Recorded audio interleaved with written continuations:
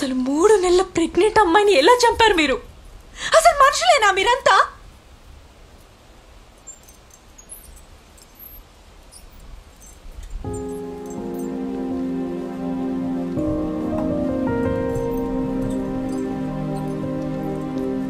Sorry.